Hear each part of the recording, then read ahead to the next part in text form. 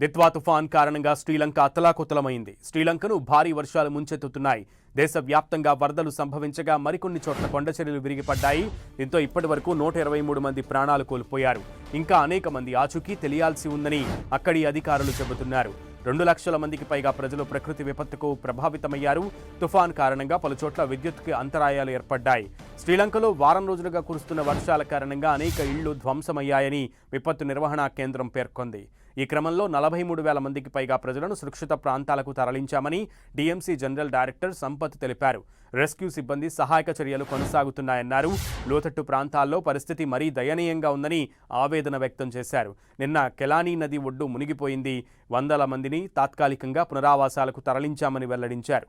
వారితో పాటు అక్కడ ఉన్న మిగిలిన వారిని కూడా సురక్షిత ప్రాంతాలకు తరలించడంపై కసరత్తు చేస్తున్నట్లు తెలిపారు.